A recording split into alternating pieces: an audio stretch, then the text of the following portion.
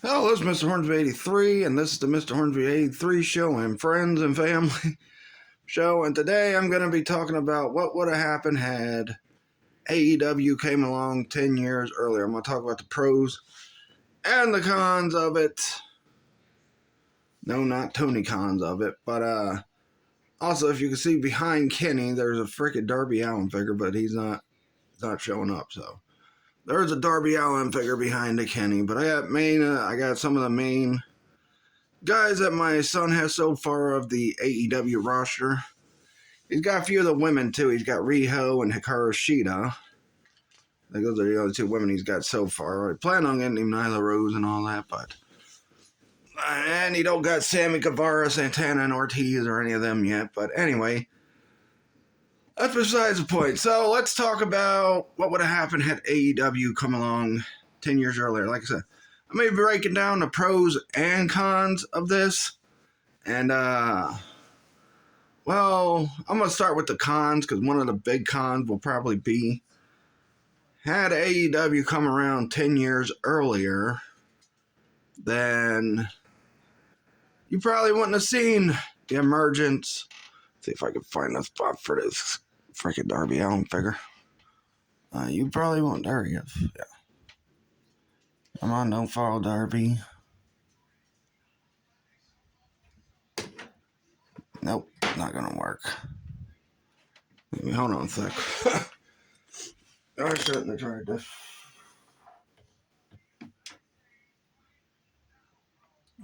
Anyway.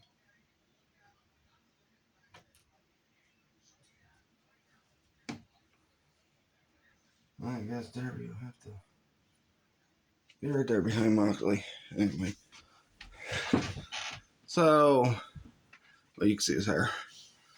So yeah, one of the biggest things you might not have seen the emergence of the Young Bucks or Kenny Omega, because pretty much they're the main pillars of AEW for the current time right now. Now, as for, another thing that probably would have been a con, you probably wouldn't have got Cody, at least until a couple years later. And I'm talking about, we're going back to like 2009. So Cody, I don't think left WWE till what, 2012? 2013. So we wouldn't have got Cody, who was a big driving force behind creating AEW as well. And I mean, honestly, any way it goes, we wouldn't have gotten some of the guys we got in AEW that we got when AEW aired 3 years ago. So, also, now here's the thing though, and I'll get to this when I get to the freaking pros of it. What if somebody like Batista became available in 2010, a year after AEW started? What would happen then? Another thing too is, another con is if they had started 10 years ago, I don't think they would have ended up on TNT. I mean, I don't think they would have ended up on TNT at all, because TNT had just came off of having WCW on their show, on their TV for so many years, even though ever since Nitro's been off of TNT, what big shows have TNT come up with? I'll tell you what big shows. Absolutely nothing. Anyway, so TNT, yeah, I honestly think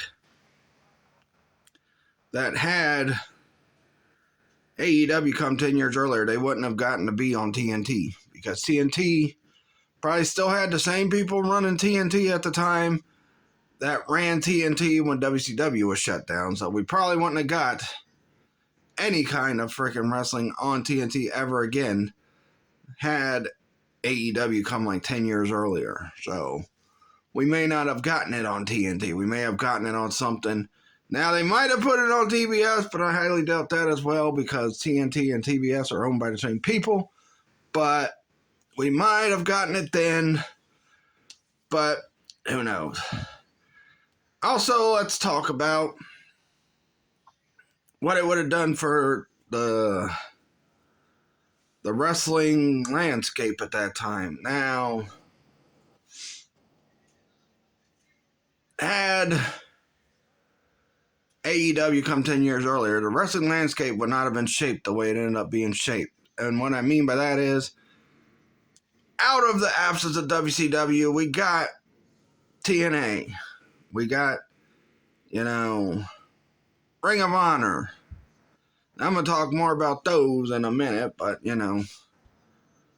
we got NXT, which was the best WWE show there for a while. Another thing too, how would it affected the ratings? Because look, when AEW came out 3 years ago, would they have came out gangbusters like they did in 2019? I highly don't think so. And what people have watched have been interested because, at this time TNA was still kind of good. TNA had just signed Hulk Hogan and Eric Bischoff. And they just signed Jeff Hardy, so I don't know. So, what AEW had done the numbers is doing now? Probably not. Also, I also want to dig more into the talent. Because some of the big names that they've taken over the years, guys like Jon Moxley, guys like Cody, Young Bucks and Omega, like I said, I don't know. But, those guys became big names because they went to WWE first. So, yeah, now, yes, the landscape probably would be a lot different now had AEW come 10 years ago. Now, I'll talk about this in the pros, so I'll save that for the pros. So, another thing too, like I said, it wouldn't have shaped the wrestling landscape like it would have because you wouldn't have got the emergence of NXT. You wouldn't have got all this other stuff going on with the wrestling landscape. Like, wrestling, there's so much more wrestling now than there was back, then. Because, there's only like 3 main ones you could watch, and that was WWE, Ring of Honor, and TNA. Now, also you think about it, people would not have watched New Japan Pro Wrestling and found out about Kenny Omega and the Young Bucks had AEW been around 10 years earlier. If Tony Khan made it 10 years earlier and the Young Bucks and Kenny Omega were still in New Japan, and let's say he didn't sign them because they weren't, they hadn't been big stars yet. Because none of these guys really hit the big time until 2012 or so. So, a lot of them became big when they joined the Bullet Club, like Kenny, Cody when he left WWE, Hangman when he came to the Bullet Club, the Young Bucks. None of them got big until they joined the Bullet Club, and I don't think they joined the Bullet Club until around 2011, 2012, maybe 2013. Because I think the Bullet Club started in 2013. So it was 2014 or something when they joined the Bullet Club. So, yeah, these guys wouldn't have became as big as stars in Japan. And people wouldn't have been clamoring to see them in America had they never watched New Japan Pro Wrestling. Because when you got to the point where WWE was getting bad, when you got to the point where TNA was getting bad, and when you got to the point where freaking Ring of Honor was just something that people would watch if they didn't have nothing to do on a Saturday night or whenever it was on before it hit Sinclair Networks. So, yeah. People wouldn't have been clamoring for something better at this time in 2009 because WWE was still kind of good. TNA was still kind of good. Ring of Honor was getting its footing around that time, but a lot of those guys were going to NXT. A lot of big stars like Tyler Black, which is Seth Rollins, and, all those guys. So, honestly, I don't think AEW would have hit as... And another thing, too, I don't think AEW would have been as big as it is right now. Plus, not only that, as far as action figure-wise goes, Jazwares was still, was still working with Mattel at the time. It was like a branch working with Mattel at the time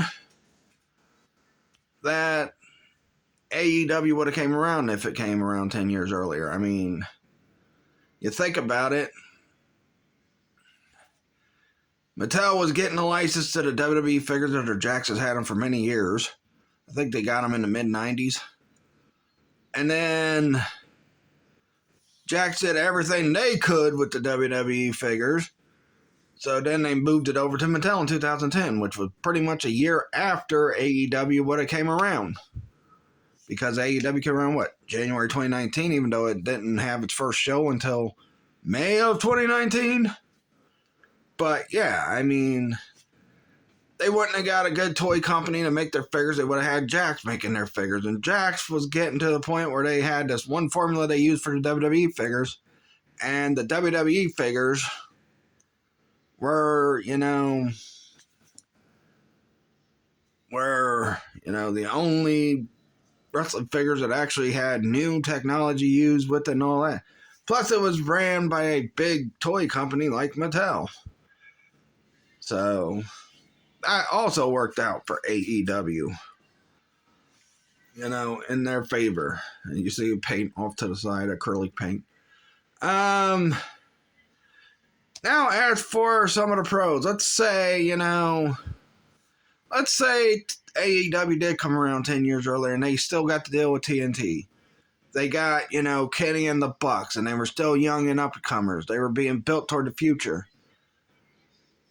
But the thing is, one thing you need with a wrestling company, you can have your young homegrown guys. And I think that's something that TNA really suffered from. They relied so much on their homegrown guys when they first started that, they really didn't have enough star power that could really freaking give them the ratings that they were wanting and the opportunity to beat WWE with all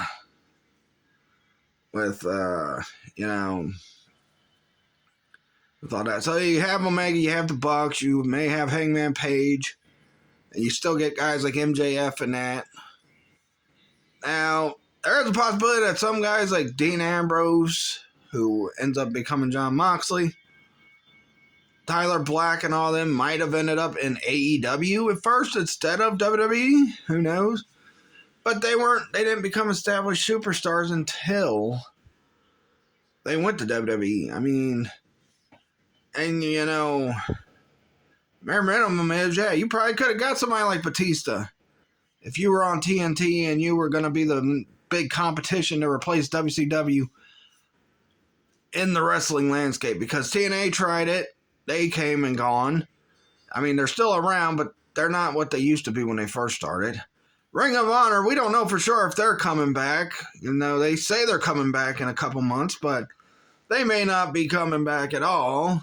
GCW, that's more like a hardcore wrestling thing. It's not like going to be a mainstream wrestling. That's something that, fans of ECW and that would like. It's something like GCW. Jeff Jarrett's Global Force, I mean, they couldn't get nothing going. So, I think even Shane Douglas tried to create his own promotion and he couldn't get nothing going. So, had AEW came and they came out like gangbusters like they did, I think they probably would. I think they'd be a bigger company right now. They'd be more popular and all that. And they'd be able to, and they might be able to sign guys like Dave Bautista, who left in 2010, a year after AEW would have formed if they came 10 years earlier. Like I said, you might have got Ambrose and all them, but really Batista was only one of the biggest stars that really was released around that time frame. I mean, you had Edge, who had to retirement, and let's say he got cleared, he could have did something. Or let's say CM Punk, after he dropped a pipe bomb in 2011, and he did win the WWE title, and he ended up going to AEW, like he did now. Would he have still quit and been gone for 7 years had AEW come around 10 years later? I mean, and there were some young stars that were coming through that were big indie stars, like, Kofi Kingston and that, who ended up in WWE. Maybe you would have got guys like Randy Orton in that might have left and went to AEW. You never know. Jericho might have went to AEW, which, yeah, my son's got a Jericho figure, but he's got the little bit of the bubbly one, so that's the only one he's got right now. Let's see. I mean,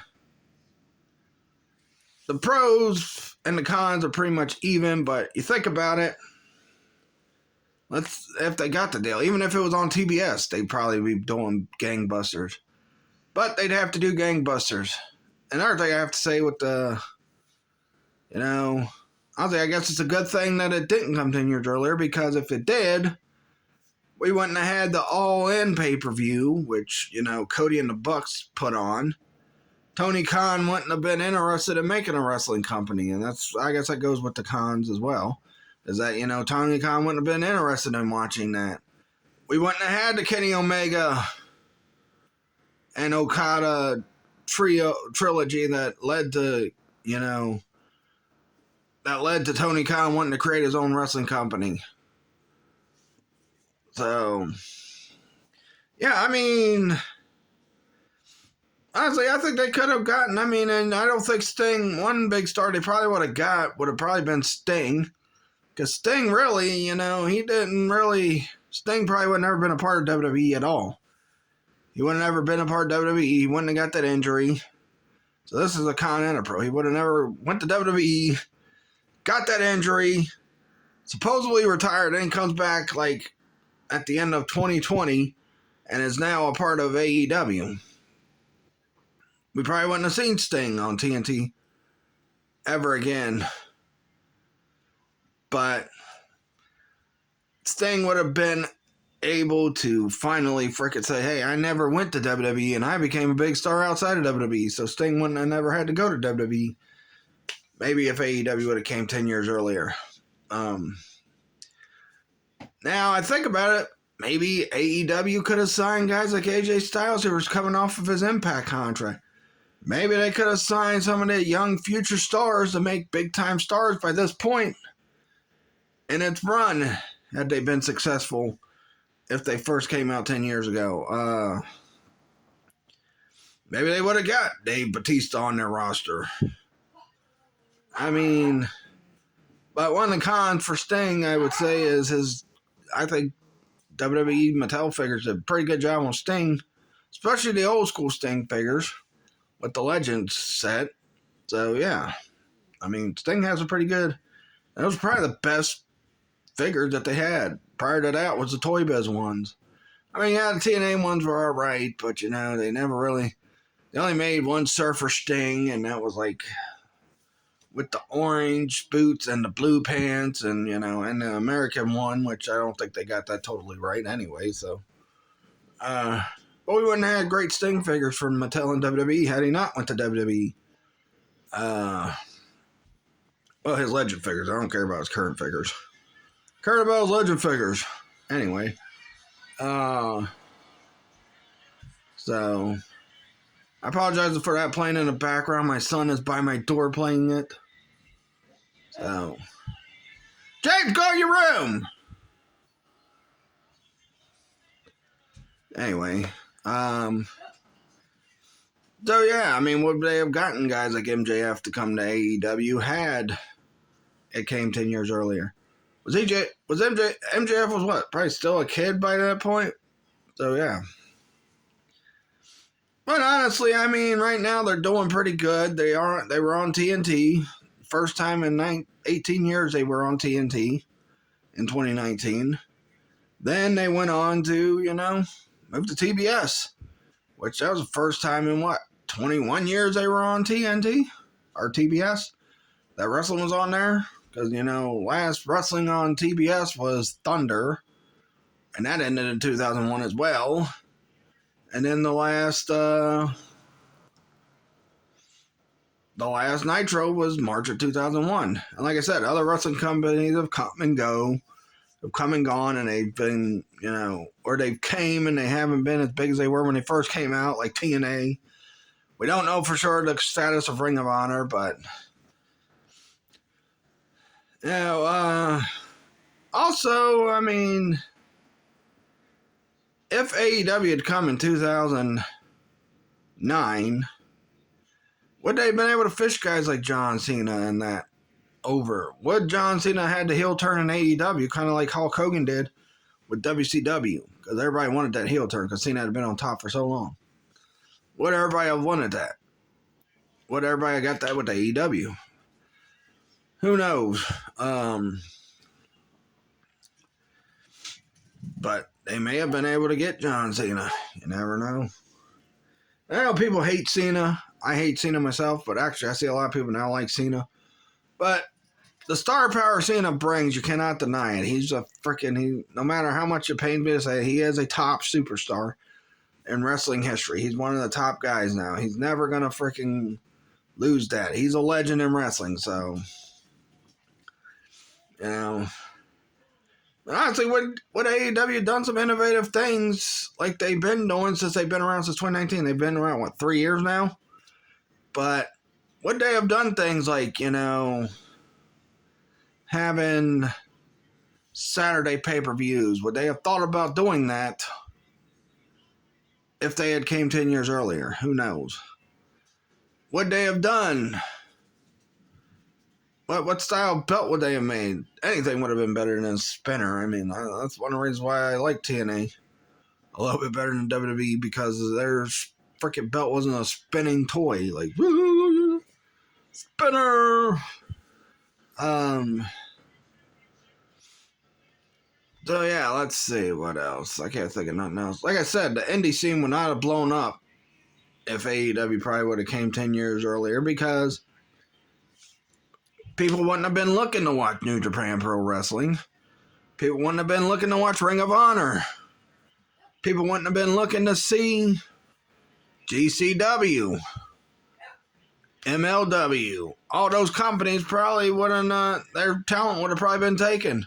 We probably would have never got an NXT either. We probably would have never got an NXT, which was one of the best shows. But,